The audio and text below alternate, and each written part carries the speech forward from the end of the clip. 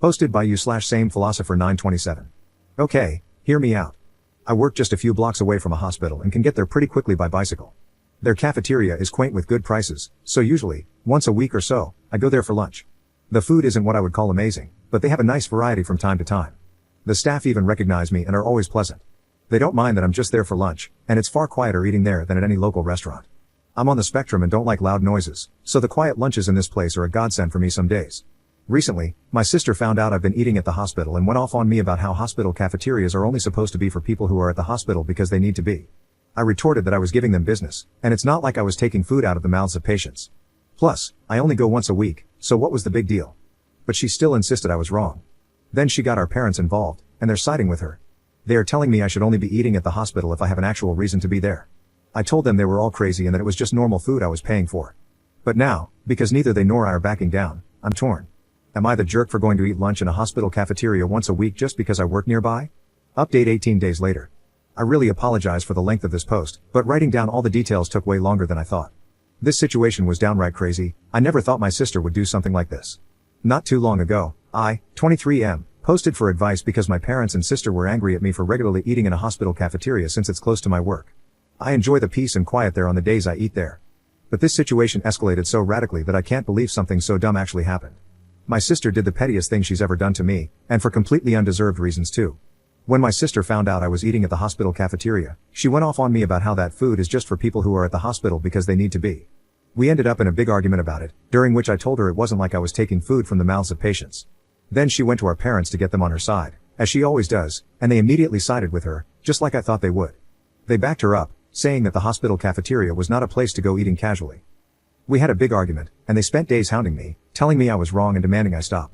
So I went to Reddit. There, I learned that not only was I not doing anything wrong, but it's actually very common for people to go eat at hospital cafeterias simply because they like it. I hoped the situation would just fade away, but a few days later, my sister called me, asking if I had stopped eating at the hospital. I said no, and then it started all over again. My parents then called me, fuming and acting like I was supposed to stop going because they said so. I reminded them that I don't live under their roof anymore and that this is exactly the kind of reason why I moved out. They take my sister's side in almost everything. They huffed and puffed about it. This time, the fight didn't stay at home. Other relatives found out because my sister tried to broaden her support. She was so dead set on enforcing her will upon me that she went looking for help from other relatives. However, our parents were the only ones on her side. My uncle personally admonished my parents and her over the phone once I told him what actually happened. He told them they were only siding with my sister because she's their favorite and called them terrible parents for ever playing favorites to begin with. Then, my cousin went to eat with me at that hospital cafeteria and said he'd like to go there once a week too, as he also works nearby and bicycles everywhere. We've already run into each other at lunch there once since then. He was actually rather pleased to find out the food was healthier than most other places. He's a bit of a picky eater, so this place is kind of like his new lunch hangout. My sister got even angrier after finding out there were other people in the family eating at the hospital now too. Once outed, my parents backed down due to embarrassment. They apologized to me and gave me some malarkey about how they honestly thought eating at a hospital was weird and felt like they just needed to defend my sister. I told them they'd been placating my sister for so long that it's all they do whenever she starts something with anyone. She's been treating me like a condescending control freak and a bully since we were teenagers, even though I'm older, and they just kept enabling that. But I won't put up with it anymore. My parents ended up conceding and apologized. Then they made my sister apologize to me too. I could tell she hated every second of it because she tried to speak through her teeth at first. Later on, my parents invited me to dinner as another form of apology. But it felt more like a show to look good to the rest of the family because they told everyone about it before it even happened. The dinner was great, I can't deny. My parents had cooked a turkey, arguably one of my favorite things to eat. I love the drumsticks slathered with gravy. Yeah, I'm kind of a pig when I eat them, but I can't help it. My sister always thought it was hilarious and was one of the few things I didn't mind her laughing about. So, I thought nothing of why she was so giggly at dinner. Later, after the family dinner, I noticed my bike was missing. I had parked it in the backyard out of sight, but it was just gone. I freaked out because it's my only mode of transportation. My parents panicked a bit with me, but my sister seemed the opposite. She actually looked happy and was giggling. I immediately suspected her, and she played innocent, even giving the classic "I can't believe you'd think I'd do something like that" line. I already knew she was extremely petty, but this was a whole new level for her. So I said I was going to the neighbors because I knew they had cameras, and they'd have seen what happened. Then I'd call the cops. My sister suddenly looked panicked. I got mad and said I knew it was her, demanding she give my bike back. She started crying, insisting she hadn't done anything, and our parents immediately took her side, scolding me for daring to accuse her. So I'd had enough and said I was going to the neighbors to ask to check their cameras, and then I'd be calling the police. My sister finally fessed up and called me to come back. The looks on our parents' faces after they had just defended her were priceless. My sister admitted she was so angry at me for making her apologize for something she still believed she was right about, so she planned to have a couple of her friends come and grab my bike during dinner. She said her friends were in a minivan with it just down the street. She then started saying that I couldn't call the police on her anyway because I'm her big brother. Our parents backed her up on that too. But I pulled out my phone and started marching outside again. They ran after me, with my sister begging and crying for me to stop. I called her a brat and told my parents I couldn't believe they were still defending her when she was acting this way. Our parents finally hit their limit with her enabling behavior and told her to make her friends bring my bike back immediately. She got on her phone, sniffling, and called her friends. But then she suddenly ran into her room to talk to them. I couldn't hear a thing she said through the door because it was all in whispers, and our parents looked very worried too. My sister would never have willingly admitted she had my bike stolen. She just kept sobbing that it was only a prank over and over again, repeatedly using the excuse that it's just a cheap bike anyway. I bought it used a few months ago for $50, but it's in great shape and my main mode of transportation. My sister kept looking at our parents to back her up, but this time they just couldn't. So she slumped down in a chair, hugging her knees and waiting with the rest of us. She looked increasingly freaked out the longer her friends took to bring my bike back and was repeatedly texting them. Even though my sister said her friends were just down the street, it took them roughly an hour to bring my bike back. They finally pulled up in the minivan with my bike shoved in the back, completely soaked and covered in mud, like it had just been pulled out of a wet, muddy ditch. The bike is a 700C, so it's too tall for either of them to ride. They had simply driven up, grabbed the bike, and dragged it into the van as quickly as they could before taking off. I say they stole it because I was almost certain in the moment that my sister had told them to dispose of my bike. Had I not pointed out that the neighbors had cameras, I might not have gotten it back at all. When her friends finally arrived, their legs were muddy and wet nearly up to their knees. They both begged me not to report them to the police for taking the bike. I asked them, while recording, to tell me the truth and pointed out that the neighbors had cameras. I asked if my sister had told them to get rid of my bike.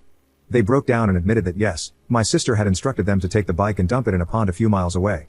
They had to go back and retrieve it when they realized they were caught. My bike had been nearly completely submerged in muddy water. Thankfully, I didn't have many added accessories on it besides a detachable headlight and my water bottle. However, the water bottle was missing. I wasn't surprised by what my sister's friends told me, and I had them tell our parents too. They laid into my sister until she was bawling on the floor, kicking and pounding like a toddler. I hadn't seen her act that way since she actually was a toddler, and I found it mortifying that she was still like this on the inside. Then she shut herself in her room. Her friends were banned from ever coming to my parents' house again.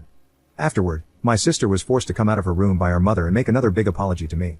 Our father then forced her to wash and oil my bike from stem to stern under his supervision while I took apart the headlight to clean and dry it. By the time my sister was done, it was dark outside. She glared at me like I was the devil when she came back into the house, but our parents immediately shut her attitude down and said they'd never been more embarrassed by her in their lives. She went back to crying in her room. I had a very frank discussion with my parents about my sister's childlike behavior and how it stemmed from their spoiling and enabling. I told them I couldn't believe I had to be the voice of reason, but the fact that she was on the floor crying like a toddler, kicking and pounding, showed that she's still mentally a child because of them. I pointed out that they kept making me the scapegoat whenever she screwed up, so she barely knows any sense of accountability. For once, they didn't argue with me about it. Afterward, my father silently drove me and my bike back to my apartment in his SUV. He also gave me some money to replace my bike's missing water bottle before we parted. My sister and her clique used to harass me a fair bit whenever we ran into each other. They made fun of me as a group whenever possible, and I usually just ignored them because they bored me. That really seemed to tick them off.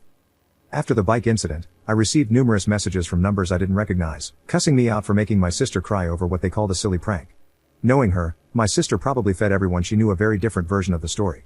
I responded with lengthy replies detailing what actually happened and even stated that I have recordings of her friends admitting the truth. Some people at my sister's college found out what actually happened, maybe from my texts or perhaps because her friends spilled the beans. It embarrassed my sister so much that she came home in a crying tantrum about how people there were calling her and her friends B-words and bike thieves. I may not have gone to college, but I know students who need their bikes are very protective of them, especially since many live on shoestring budgets. My sister said someone even joked that they shouldn't leave a bike around her because it might just disappear if she had to apologize to anyone. She ended up so upset that she refused to leave her room for 3 days to have her pity party. My parents called me up to try and turn everything on me again. I reminded them about the discussion we had days before and told them they needed to stop babying her and let her deal with the repercussions of her own actions. If she fails her classes again, it's because she's not trying like she should be. Then I went off on them, saying they were just looking for someone to blame to make her feel better. She created the problem, not me, and I wasn't going to be the scapegoat anymore. My sister is an adult, and she needs to act like it. They sounded defeated and apologized before ending the call. It seemed like they were genuinely hoping I'd just sit back and take the blame so my sister would feel better, but I never will again. Now my parents are trying to pretend this all never happened, And my sister, along with her clique, is avoiding me at all costs. Which, I suppose, is fine with me because I don't want any more drama. But if something like this happens again, I won't take it from them. Commenter. I remember your first post. Your sister is so bratty that she would have her friends steal your bike and ruin it just to make a point? And your parents don't see a problem with it? What did the rest of your family say about this? Ops response. Oh, they were furious with them. I didn't include details about it because the post was already way too long. But my aunt and uncle gave my parents one hell of a dressing down, twice. The first time was in person, the day after the bike theft happened. They had a long discussion with my parents about how their babying has prevented my sister from growing up and how she wouldn't be able to function without them if she never learns to become an adult. The second time was after my parents called me to try and make me take the blame when my sister locked herself in her room for 3 days. I talked with my cousin that evening when we met up for dinner, and he told his parents, my aunt and uncle.